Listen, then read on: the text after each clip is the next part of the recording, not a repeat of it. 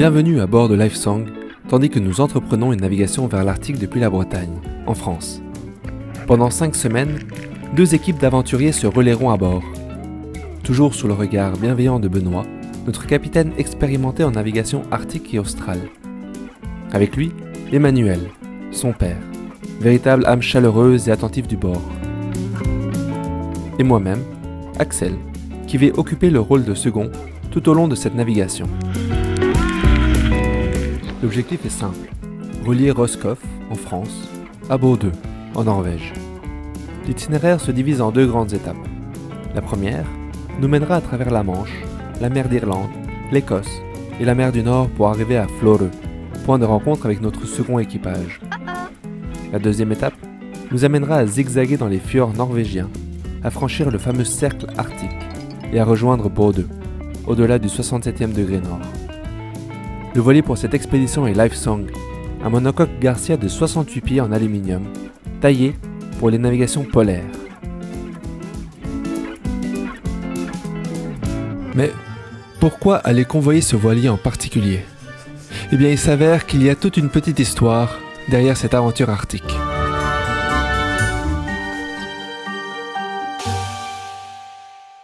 En 2020, pour le projet Arctic Stern, j'ai fait l'acquisition de Vénus, un magnifique Baltique 51 qui se trouvait à Tahiti, en Polynésie française.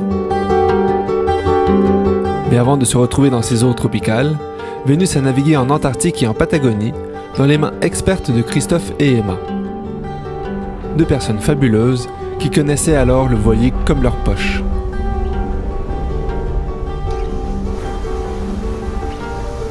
Et il s'avère que lorsqu'ils ont vendu Vénus, c'était pour acquérir un voilier encore plus grand, encore plus adapté à la navigation polaire. C'était Lifesong. Et oui, je m'apprête à convoyer le nouveau voilier de l'ancien propriétaire de mon voilier actuel. Si c'est pas génial. Et quoi de mieux que de vous inviter à bord? C'est parti pour une visite guidée. Lifesong est un voilier Garcia en aluminium de 20,40 m de long et 5,30 m de large, construit en 1997. Il comporte 4 cabines doubles, 2 à l'avant et 2 à l'arrière, le tout avec du chauffage. Lifesong a subi l'ouragan Irma à Saint-Martin, et c'est à ce moment que Christophe et Emma l'ont récupéré et l'ont rénové au complet, eux-mêmes, pour lui redonner sa majestuosité actuelle. Chaque cabine a 2 couchettes superposées et sa salle de bain privée. Ensuite on arrive au carré, avec la cuisine du côté tribord et la table du côté bâbord, où sont maintenant Benoît et Manu, qui cherchent du chocolat dans le placard.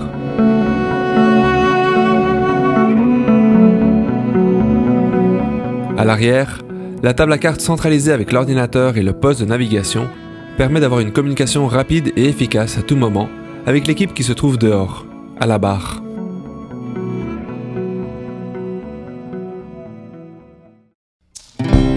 Alors ça s'excite, ça sur le départ. Dès le lendemain matin, c'est l'activité frénétique à bord de Lifesong. C'est le dernier jour pour finaliser les préparatifs avant que les premiers équipiers embarquent.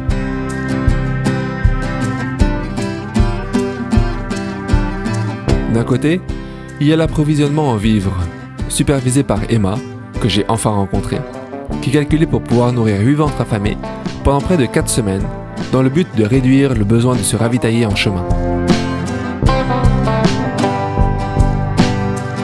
De l'autre côté, Christophe nous montre les bons coins pour mouiller, car lui a déjà fait cet itinéraire plusieurs fois déjà avec Lifesong. Et encore, ok. Enfin, c'est ici.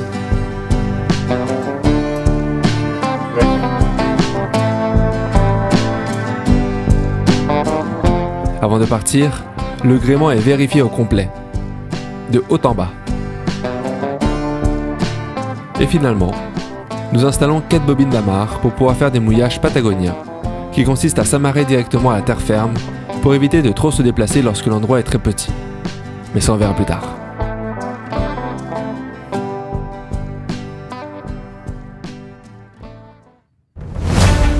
Et puis, après une courte nuit de jet lag, la grande journée est enfin arrivée.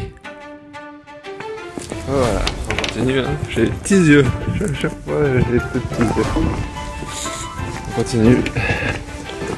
On va bientôt lever les amarres, en principe, dans quelques heures.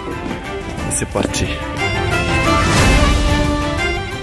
Nous sommes le 10 février et nos 5 premiers équipiers nous ont rejoints au port de Roscoff. Ils sont tous frais, venus de la Suisse, de la Belgique et de la France. Tout le monde à bord. Nous avons devant nous 12 jours de navigation à travers la Manche, la mer d'Irlande, l'Écosse et la mer du Nord, direction Florø, au sud de la Norvège.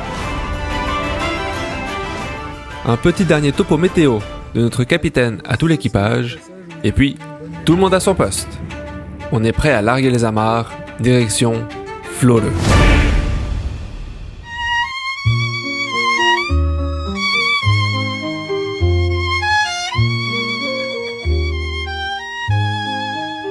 Ils ont quitté les côtes brunes, Bretagne au loin, dans l'air salin.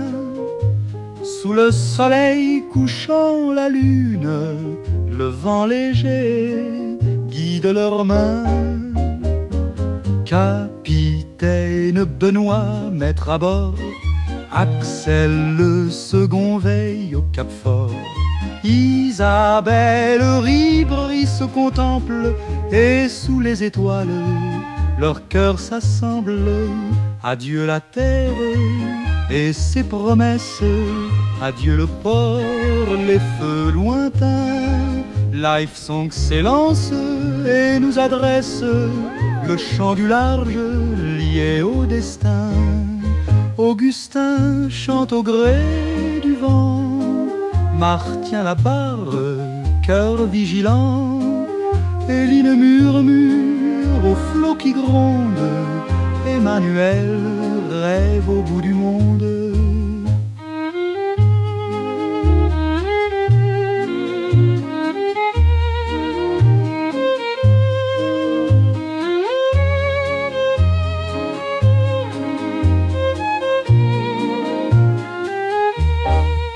Cap sur l'Écosse, premier rivage, mais l'Arctique attend loin des âges.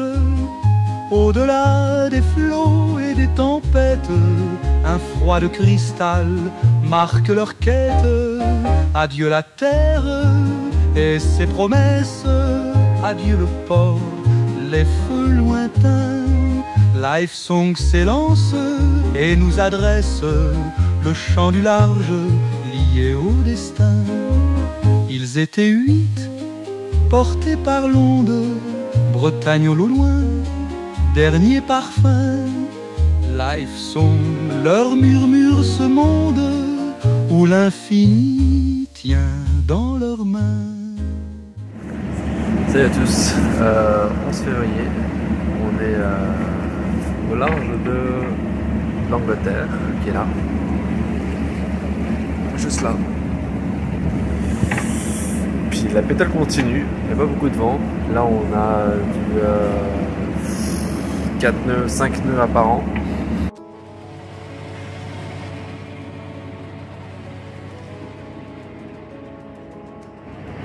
Ça travaille dur, hein. Après une première nuit en mer, l'équipage commence à trouver ses marques à bord de l'Life Song. Ce premier moment de calme est une véritable opportunité pour moi, en tant que second, de prendre mes repères et d'apprivoiser ce bateau d'exception dans des conditions idéales. Une mer paisible et un vent encore discret. En toute sérénité, Éline nous prépare des galettes bretonnes, en souvenir de ces terres que nous avons quittées la veille. Mais cette sérénité ne durera pas. Les prévisions annoncent des vents forts dans les jours à venir, alors nous savourons ces instants.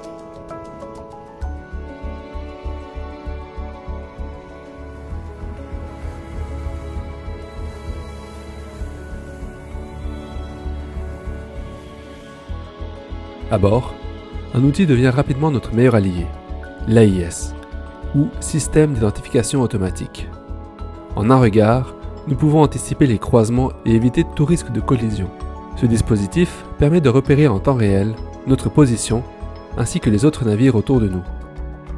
Leur cap, leur vitesse, la distance à laquelle ils seront au point le plus proche avec nous et à quel moment.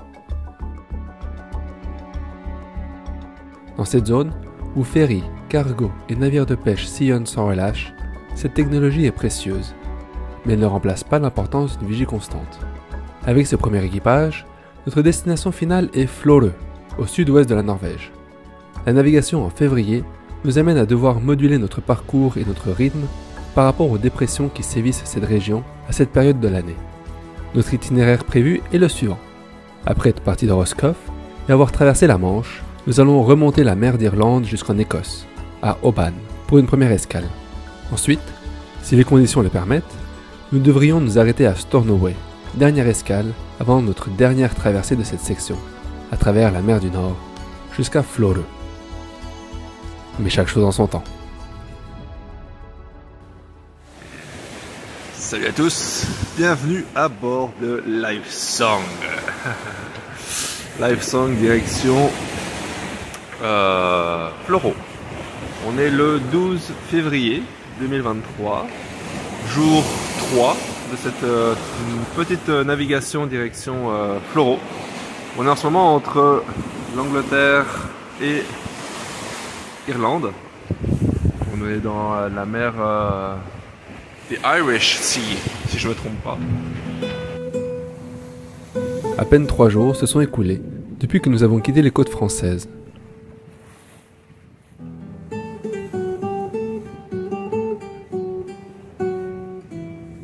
Trois jours de navigation ininterrompue, où les vagues rythment nos journées, et où, déjà, une belle complicité s'est tissée entre nous.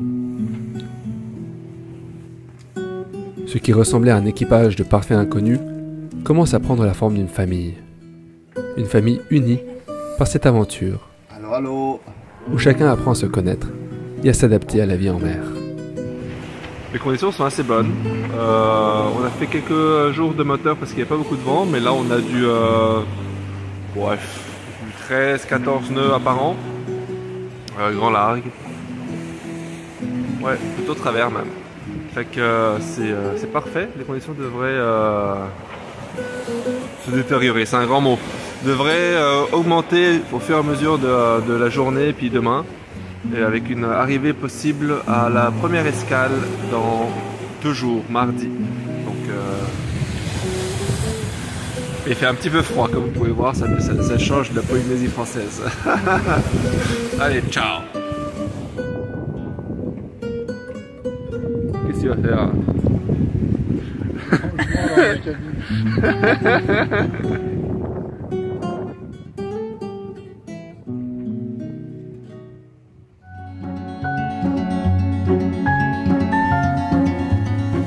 Le bateau avale les milles nautiques avec constance, toujours en route vers l'Écosse. Le vent, timide au départ, commence doucement à se lever, tandis que nous filons à une vitesse de 7 nœuds et plus.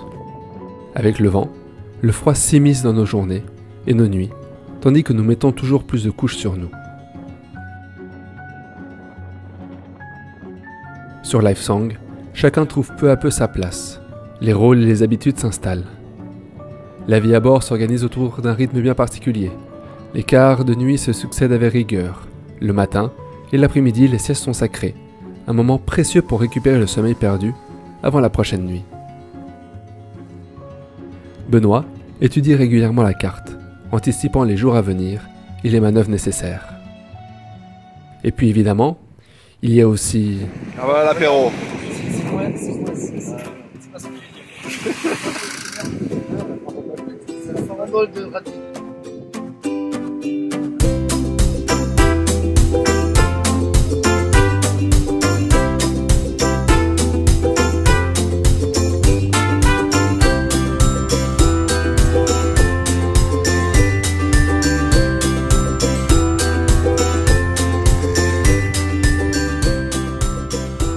Quoi de mieux que de se retrouver tous ensemble autour d'un bon repas chaud sous le soleil timide de février.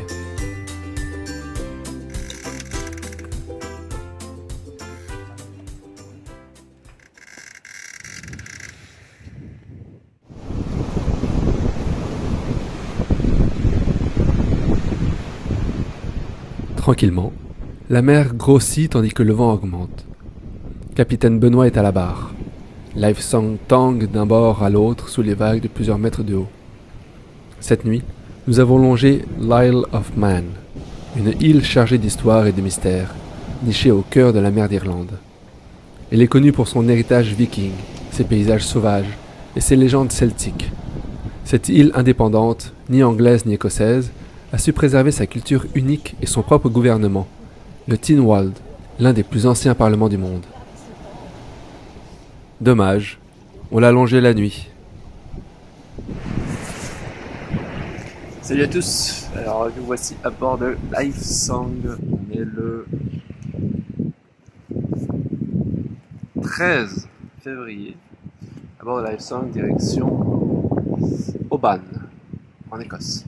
Donc là ici on a l'Irlande, on la voit bien, ces falaises.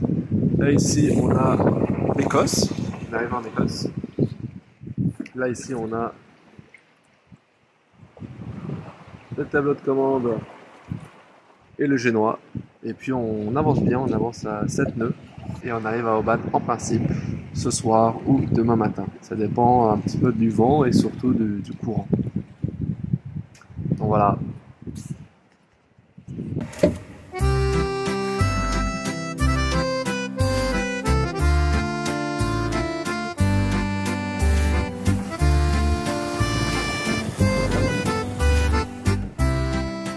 Donc voilà, ça se passe très bien.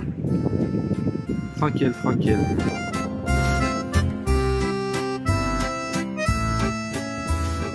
Après 4 jours en mer, nous voici sur la fosse de Beaufort. Cette fosse, qui plonge à plus de 300 mètres de profondeur, est tristement célèbre pour avoir servi de décharge militaire, sous-marine et de produits radioactifs. Voilà, et donc Oban, c'est là. En surface, le vent est toujours présent et la bonne ambiance aussi.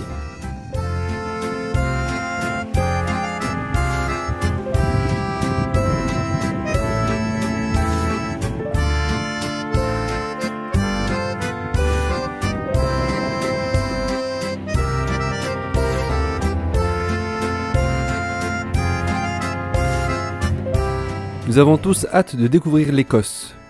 Est-ce qu'on va voir un château ? D'ailleurs, c'est le moment de changer le pavillon de courtoisie.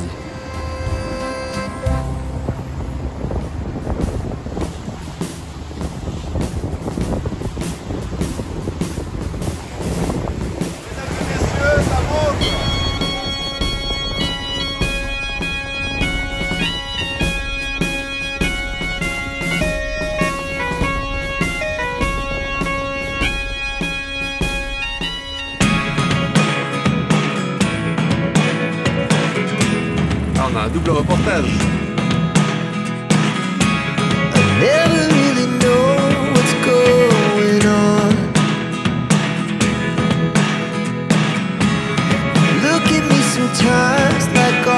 Reporter qui se fait reporter. Et puis là, soudain, un spectacle magnifique de Tursiops truncatus.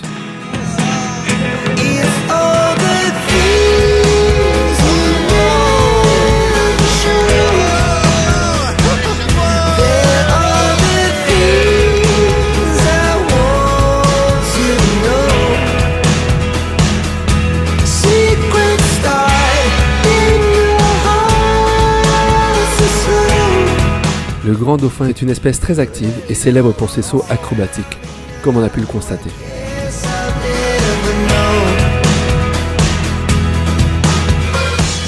À croire qu'ils sont venus nous accueillir.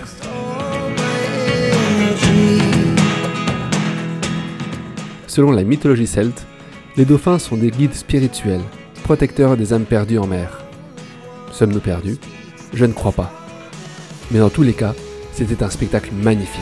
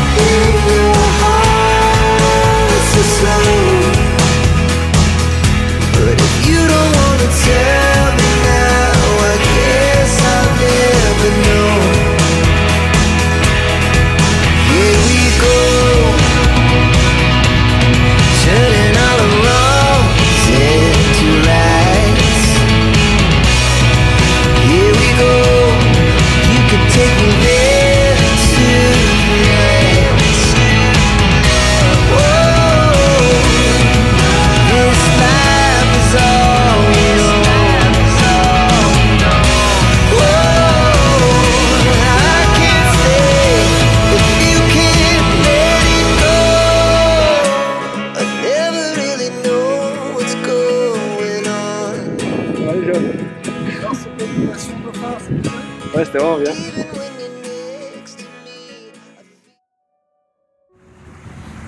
Alors ouais, donc là dans 2 heures on arrive. Le truc c'est qu'il y a pas mal de passages techniques jusque là. Premièrement c'est le Corrivercan. Là, c'est facile à passer parce qu'il suffit de longer à droite. C'est ce qu'on va faire. Après, il y a des passages très étroits.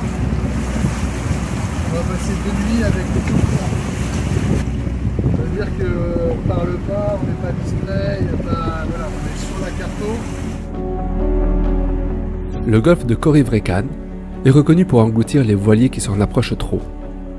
Un voile de brume cache son entrée, tandis que ce corridor coupé des falaises chante son souffle de mort.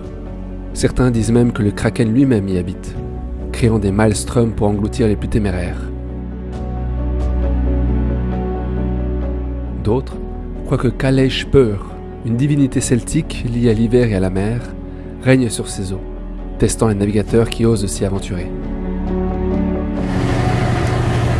Donc on arrive au golfe de Corrivercan. On va voir les courants. Voilà, il y a jusqu'à 8 nœuds de courant qui rentrent. On voit bien qu'on commence à se faire déporter.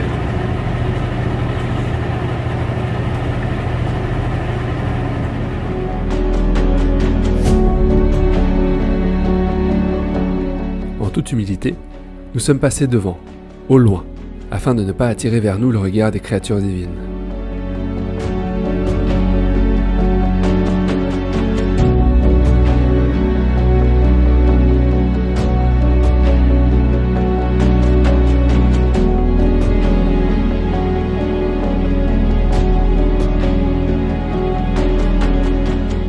Donc voilà, on est le 13, toujours lundi 13, là il est 11h du soir. Fait qu'on s'est mis, là on est au mooring, enfin au mooring, au quai. Et puis bienvenue en Écosse. Bon, bah, nous voici à Oban, en Écosse. Là on a fait immigration, et puis là on va faire un petit topo météo, parce que bah, c'est pas tout, mais on s'en va jusqu'en Norvège, fait qu'il faut bien timer nos trucs. Donc voilà. Ça y est, après 4 jours en mer depuis la Bretagne, nous voici en Écosse, à Oban, plus précisément sur l'île de Kerrera, notre première escale. Une terre sauvage et pittoresque, connue autant pour ses pâturages de moutons que pour ses châteaux imprégnés d'histoire. Mais avant de pouvoir en profiter, le devoir oblige. Il faut étudier la météo des prochains jours. Bon, alors là on est en train de regarder la météo, parce que, bah voilà, donc là on est à Oban, on est en Écosse, au nord de l'Écosse, et on s'en va jusqu'à Floro. Et en fait ce qui se passe, c'est que, on est arrivé hier soir, à Oban, et en fait on a comme 2 petites fenêtres météo. Donc je vais vous montrer ça sur la carte. Donc voilà, donc ça c'est aujourd'hui. Donc nous on est juste ici à Oban qui est là. Voilà, Oban. Ouais. Donc au nord de l'Écosse, enfin en Écosse, et on s'en va jusqu'ici à Floro. Ouais. Donc ça c'est aujourd'hui, donc il y a un front qui passe. Voilà, petit à petit. Il passe dans la nuit, ça c'est cette nuit. Ensuite on a encore du vent. Voilà, du vent. Et ensuite on a un petit répit, donc ça c'est jeudi. Donc on a comme une petite fenêtre météo pour pouvoir remonter un petit peu au nord de l'Écosse. Voilà le petit répit. Sauf que vendredi matin, bang, il y a du gros vent. Fait que là il faut être vraiment abrité. Ensuite il y a ces dépressions qui passent, qui s'en va jusqu'en Norvège. Et à partir du samedi, donc ça c'est samedi, on a une belle fenêtre météo pour faire la traversée. Donc à partir du samedi 18, donc c'est dans 4 jours. Voilà, là on est dimanche, et en fait dimanche on voit qu'il y a une dépression qui s'en vient. Donc il faut être plus rapide que la dépression. Parce que là c'est assez nord, mais en fait il y a cette deuxième dépression qui arrive à partir du 21, puis là ça rigole moins.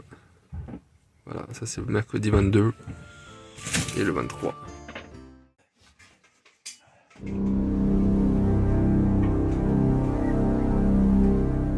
Il est 6 heures du matin, mais l'équipage est déjà réveillé, chacun avec sa tasse de café à la main, profitant d'un dernier moment de calme avant la journée qui commence.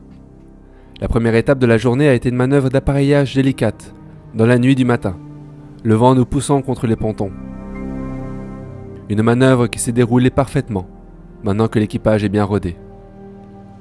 À l'horizon, près de 150 000 nautiques nous attendent, soit environ 18 heures de navigation, avant d'atteindre Stornoway, notre abri pour se préparer à la tempête qui se profile. Demain soir, il devrait y avoir des rafales à plus de 60 nœuds, presque l'équivalent d'un ouragan. Mieux vaut être bien abrité.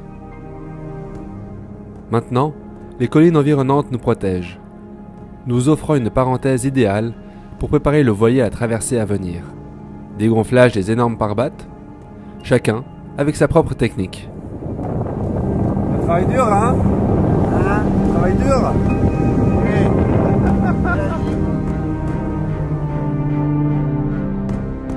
La météo nous offre un petit moment où l'on profite du paysage pour la dernière fois. On voit défiler les châteaux de ces contrées écossaises.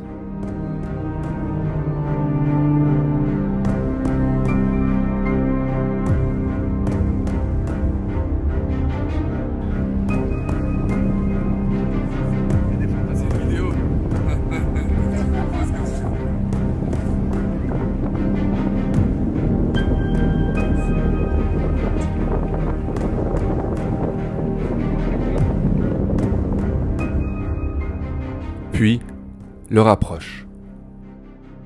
Le vent commence à se lever doucement, comme une promesse de ce qui nous attend.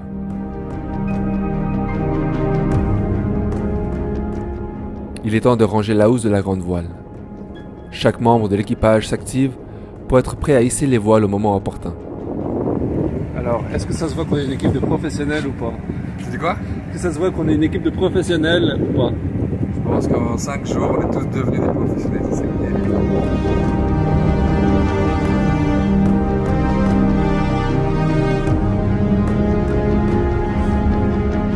Le ciel, encore d'un bleu éclatant, laisse penser que le beau temps pourrait durer. Mais nous savons tous que c'est le calme avant la tempête.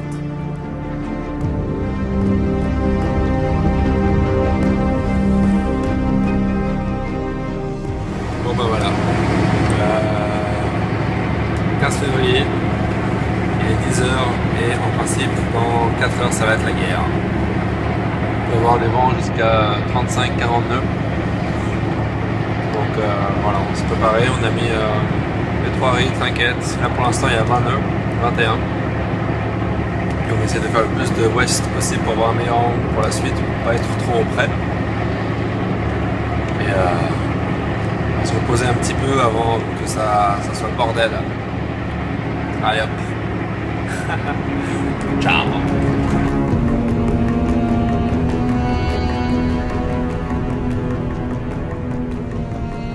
Le vent continue de forcir. Pour l'instant, il reste agréable, presque apaisant.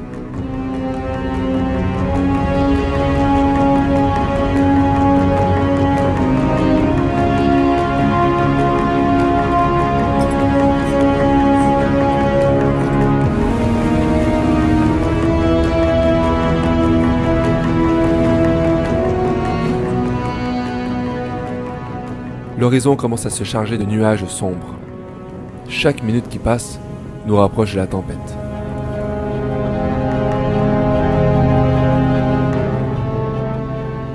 Et puis, doucement, le ciel se referme sur nous. Devant notre étrave, les nuages lourds et menaçants se lèvent, s'étirant comme un voile sombre qui s'abat sur la mer. L'atmosphère change. Et chacun à bord sent que l'heure de vérité est arrivée.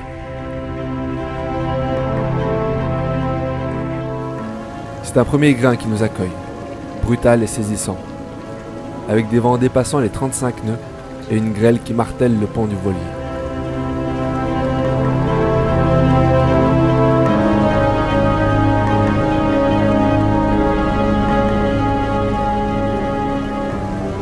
L'équipage est prêt. À l'extérieur, l'équipage manœuvre, accroché aux longes de vie, concentré sur chaque geste. À l'intérieur, d'autres tentent de se reposer, sachant qu'ils devront prendre le relais sous peu, quand leur tour viendra.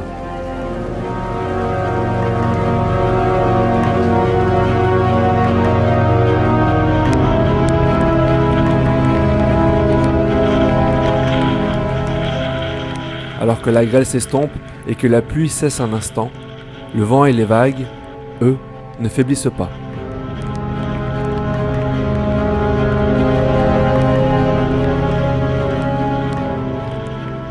Une courte accalmie nous laisse un répit précieux, mais nous savons qu'un autre grain approche déjà à l'horizon.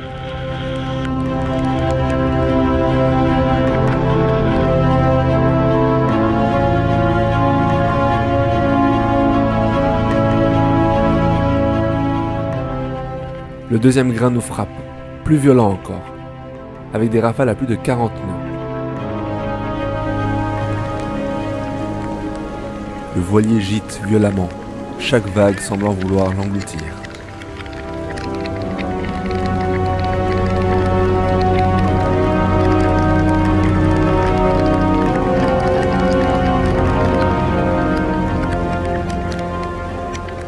Nous savons que ce n'est que le début de cette longue traversée vers Stornoway, notre refuge tant espéré, encore à plus de 10 heures de navigation.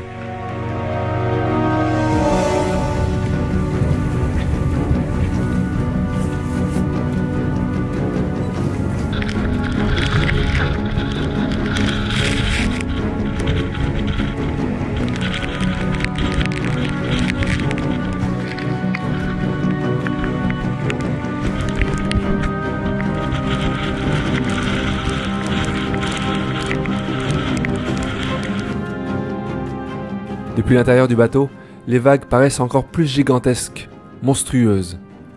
Mais à chaque impact, le voilier tient bon, fidèle et robuste. Ce sont des instants extraordinaires, où l'adrénaline coule à flot, où chaque manœuvre demande une concentration totale. L'erreur n'a pas sa place ici.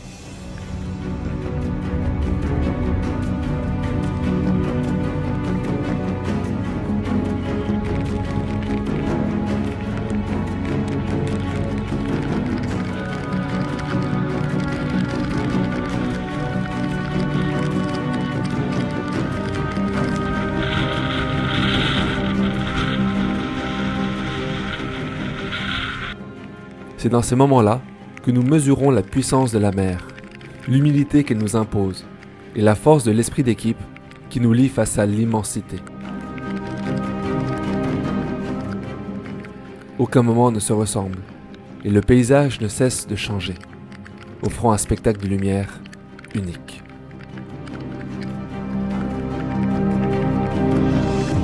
Mais la route est encore longue et tout peut encore arriver.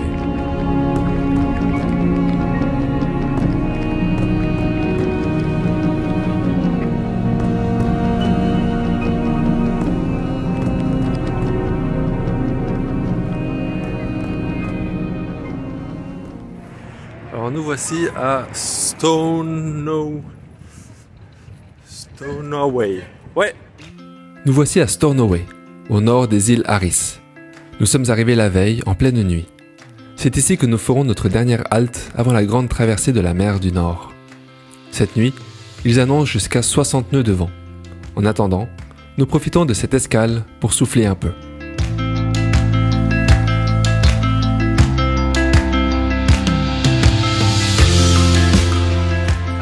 Quand tu es sur un voilier, tu fais pas beaucoup de sport et dès que tu marches, ça fatigue. Ce soir, il doit y avoir des vents jusqu'à rafale à 50 nœuds, 50-60 nœuds. Donc on a bien sécurisé le bateau, on a mis plein de pare-battes et des amarres pour voilà, pour pas qu'il y ait de dommages ou de mauvaises surprises. Et là, en attendant la pluie, je m'en vais faire un petit peu de reconnaissance du coin. Une balade entre château et ruelle, un fish and chips croustillant, une pinte de bière locale, tandis que Lifesong se repose.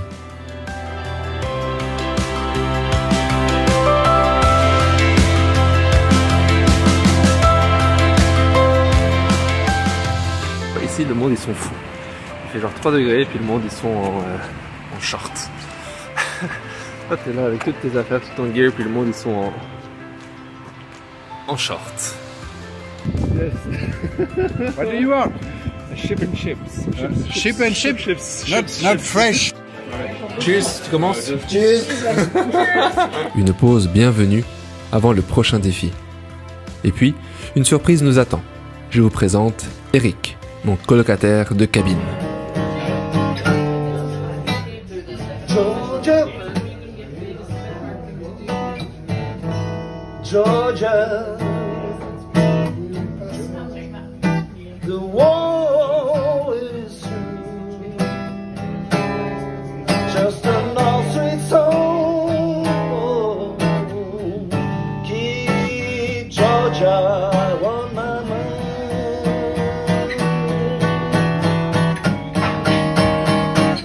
I say Georgia, Georgia. Tandis que dehors la tempête gronde, ici, c'est un autre monde. Come and sweet and clear as moonlight through the park. Il y a un mec à la pompe, il y a un mec peut-être à la sonde, à la table à cartes, et moi je suis là. Regardez les niveaux monter, et voilà. Ouais. C'est ça, c'est bien, ouais, c'est exactement ça. Et puis...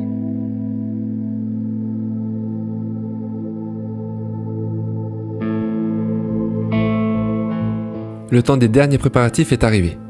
Vérification du bateau, briefing de l'équipage.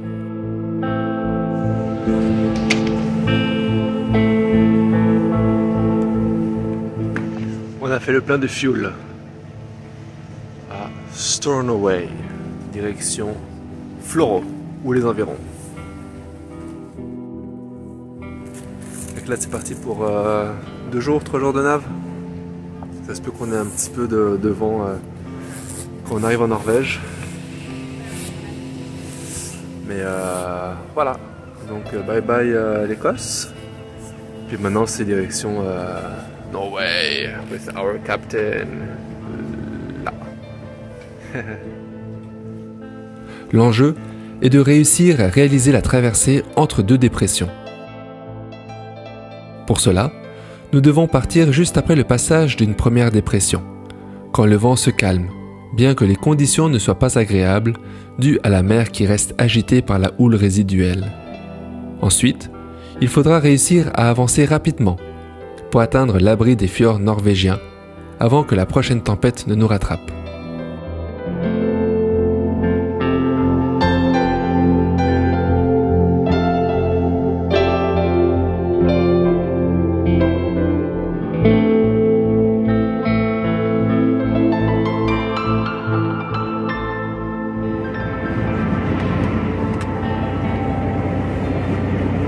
On est le 17 février, on s'en va toujours vers la Norvège.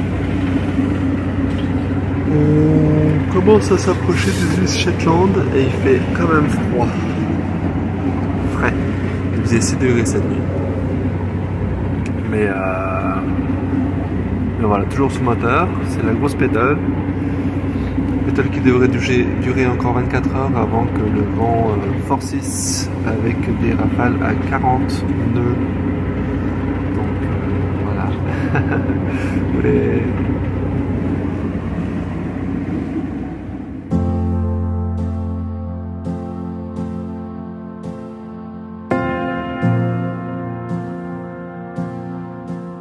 Comme prévu, la mer est calme, le vent presque absent tandis que le soleil se lève.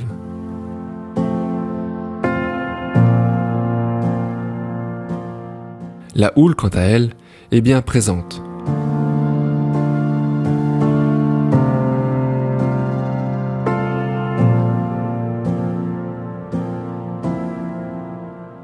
La progression à la voile est difficile, due à la houle qui empêche les voiles de se maintenir pleines. Le froid est maintenant bien installé. Le ciel, quant à lui, nous offre un spectacle splendide.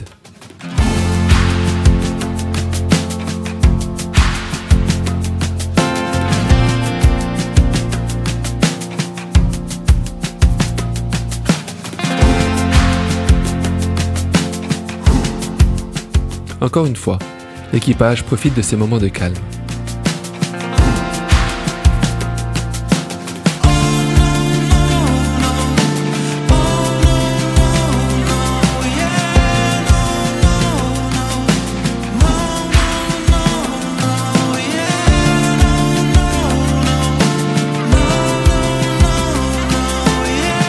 Les cars reprennent leur rythme, ou du moins, on essaye. Manu se réveille. Il a loupé son car. Ah merde, c'est vrai? Nous avons quitté Stornoway hier, et nous sommes maintenant au niveau des îles Shetland.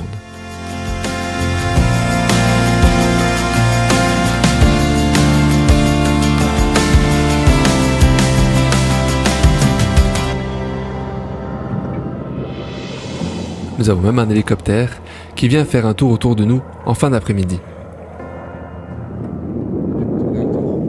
Moi j'ai comme l'impression qu'il venait nous voir. Ouais.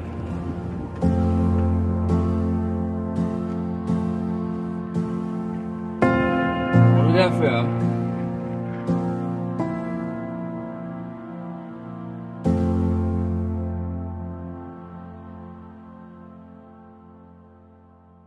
Eric, on est où?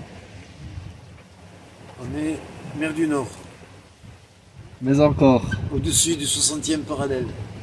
Et quoi d'autre? On a passé le méridien de Greenwich. Voilà. Nous naviguons avec un vent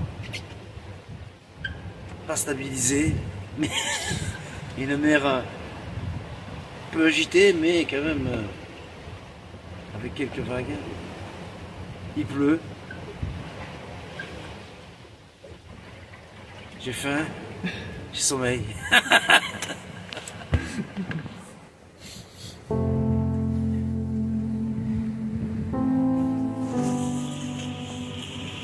Et ça filme. Et ça filme. Tout va bien.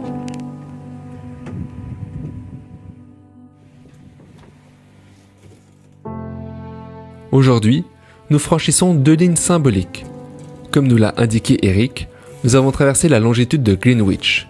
Fini les longitudes ouest, désormais, nous naviguons en longitude est.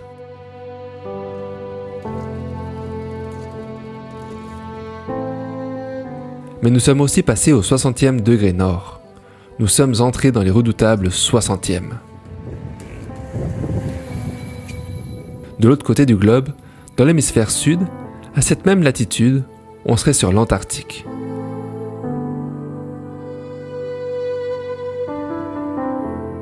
Ici, nous sommes au niveau du sud du Groenland, au cœur des vastes prairies d'éoliennes offshore, représentées sur la carte par des points bleus.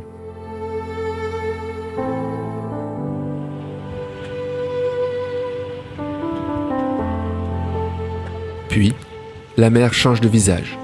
La houle se fait plus importante, nous préparant à ce qui arrive tranquillement.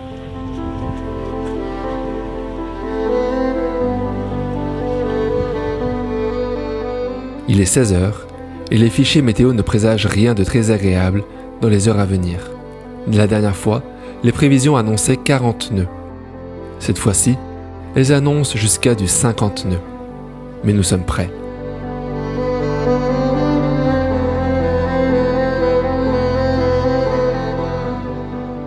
Il est 18 h et le vent souffle déjà à plus de 35 nœuds.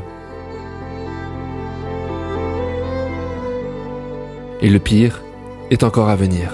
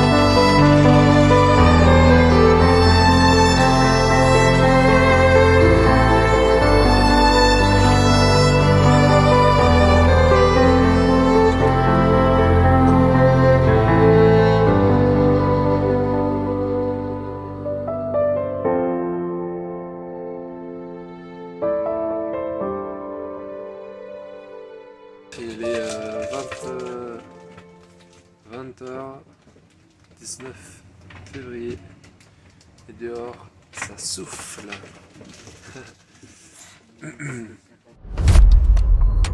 La mer du Nord est en furie.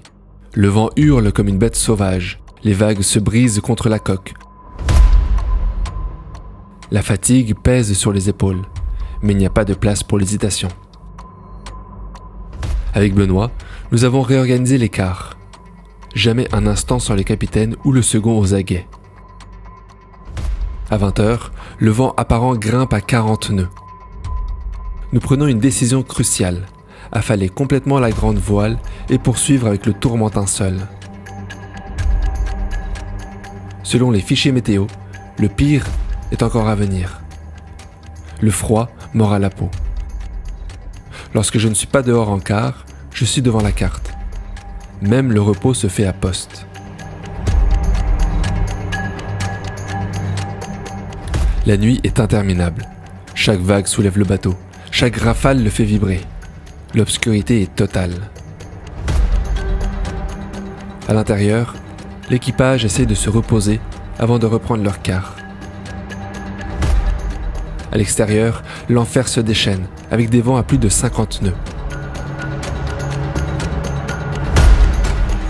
On ne compte plus les heures, seulement les minutes qui nous séparent de l'aube.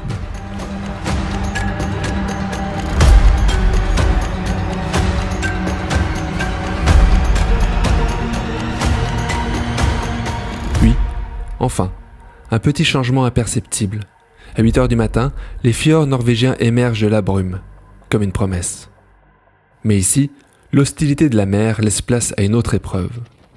Les vents catabatiques s'engouffrent entre les montagnes, accélérant soudainement et sans prévenir. L'effet Venturi complique notre avancée. Bon, ça faisait longtemps que je faisais pas de vidéo alors. Eh ben, c'est normal, ça fait longtemps qu'on n'a pas pris l'apéro. Oui, c'est vrai.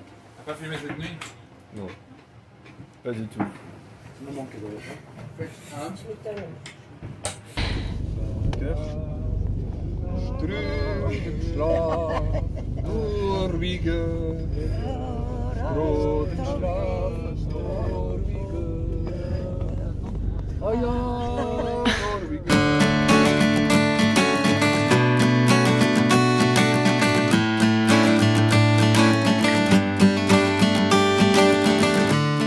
Après une grosse nuit mouvementée, nous avons trouvé refuge à Svandoy, une baie dont les locaux nous diront plus tard qu'elle est la plus belle de la région. C'est le moment de gonfler l'annexe pour aller découvrir la terre ferme. Là, sur le côté là, entre les 4 écrans. C'est vélo. Voilà, en Norvège. Et à peine avons-nous relâché la tension qu'une surprise nous attend. Un couple de Canado-Norvégiens nous a repérés sur Marine Traffic et nous a contactés pour nous inviter à prendre un café chez eux. Mais déjà, il faut réussir à se rendre jusqu'à chez eux.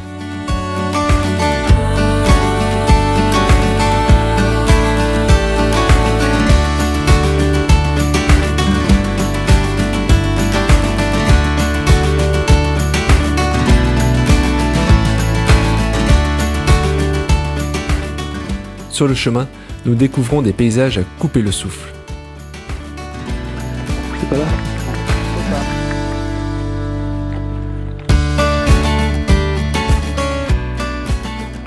Après plusieurs heures de marche, nous arrivons enfin chez nos hôtes, qui nous accueillent avec un café fumant, tandis qu'ils nous expliquent l'histoire de la baie. The water is clean and then it goes in a pipe out beyond the threshold, out beyond the... Au-delà de la baie, après la sortie de la baie. Yeah, yeah. Ouais, c'est grâce à So it goes to deep water. Un réconfort bienvenu, avec même une petite dégustation de mets locaux fait At a maison. low temperature for many hours until it caramelizes. And it's called brown cheese. Brown cheese. Brown cheese. Le fromage. Norvégien. Brown. C'est du, comment on appelle ça, le beurre clarifié. Le fromage, c'est leur fromage. Et c'est du beurre clarifié avec du sucre. Ça? Ouais. It's Tu veux pas envie? Sucré? Moi c'est sucré.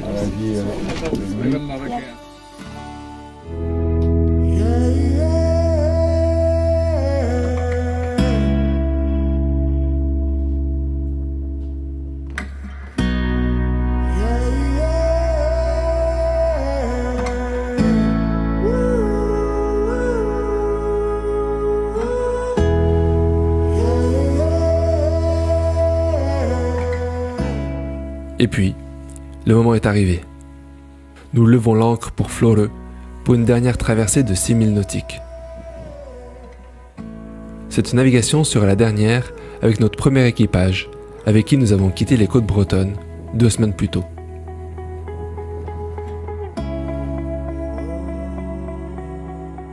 L'air est chargé d'émotions. Chacun savoure ses derniers instants partagés, sachant qu'ils ne reviendront pas.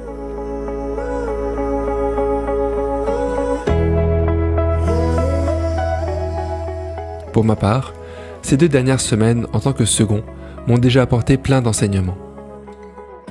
Je me sens extrêmement reconnaissant de pouvoir vivre cette aventure et de pouvoir partager ma passion avec l'équipe.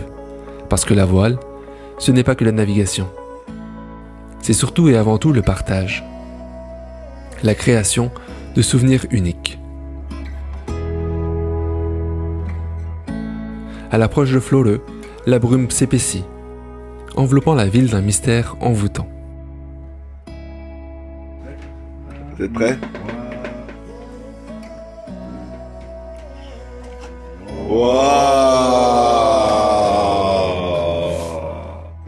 Ça me fait penser au petit dessin qu'il y a sur le jeu qu'on a joué hier.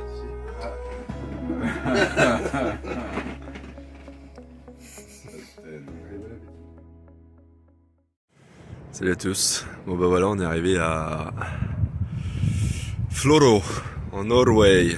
Fait que voici un petit peu à quoi ça ressemble. Lifesong, les petites montagnes derrière. On est arrivé hier. Bon, j'ai la voix un petit peu cassée parce que j'ai attrapé un petit peu froid à la dernière traversée.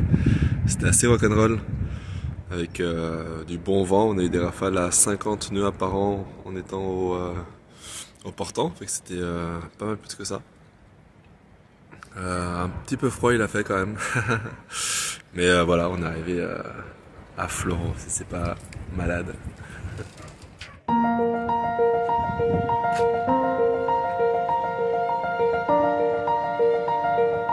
À 6h à l'aéroport et décoller à 7h. Oui, il a dit que ça suffisait, que c'était un petit aéroport. Qu'il n'a pas besoin de faire une tienne.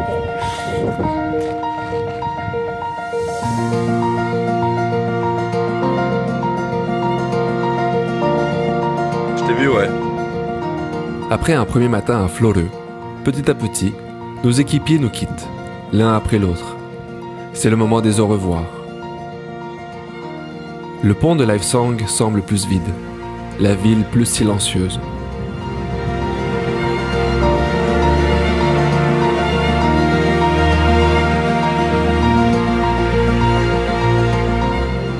Au loin, tranquillement, nous voyons des nuages de neige se rapprocher. Ouais, il va neiger, on sait pas si on a fermé en fait.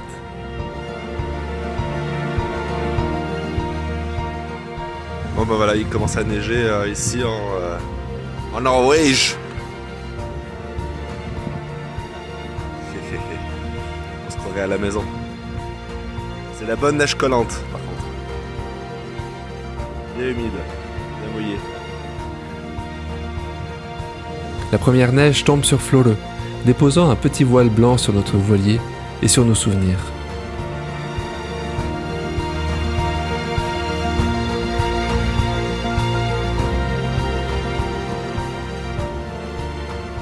Nous prenons un instant pour respirer, pour assimiler tout ce que nous venons de vivre. Bon alors avec Manu, on s'en va faire l'approvisionnement. On va faire les courses tous les deux, c'est super top. C'est super top. On sent l'expérience. Il a besoin d'un ancien, un père de 4 enfants. Voilà. Il a déjà fait les courses une fois. Une fois. Hein, le fieu. Ah, le fieu. Hey, on va à la banque d'abord, parce qu'il faut aussi de l'oseille pour faire les courses. Ce n'est pas tout, mais demain, notre nouvel équipage va arriver, frais comme une brise d'hiver, prêt à affronter le Grand Nord. Aujourd'hui, avec Manu, nous sommes partis faire l'approvisionnement pour cette deuxième partie du périple.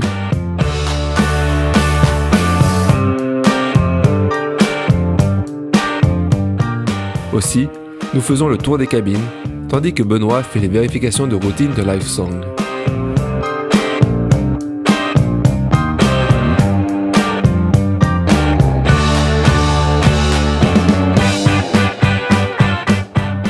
Nous prenons également un instant pour respirer, pour assimiler tout ce que nous venons de vivre.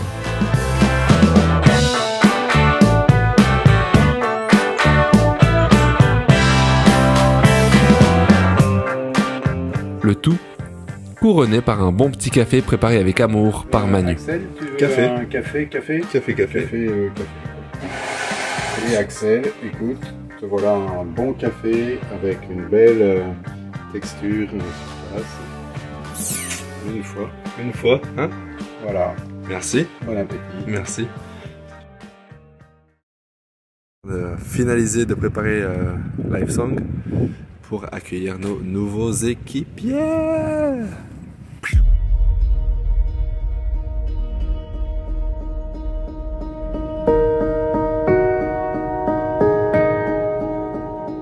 Et déjà, un nouveau chapitre s'écrit. Nos nouveaux équipiers sont avec nous. La grande journée du départ est arrivée. C'est sous un soleil radiant que nous larguons les amarres direction le nord. Départ bat.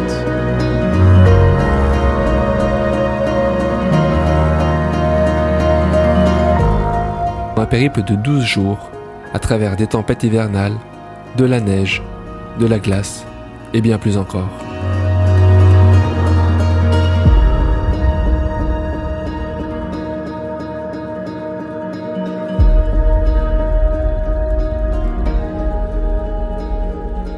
Baudeux nous attend, au-delà du cercle polaire.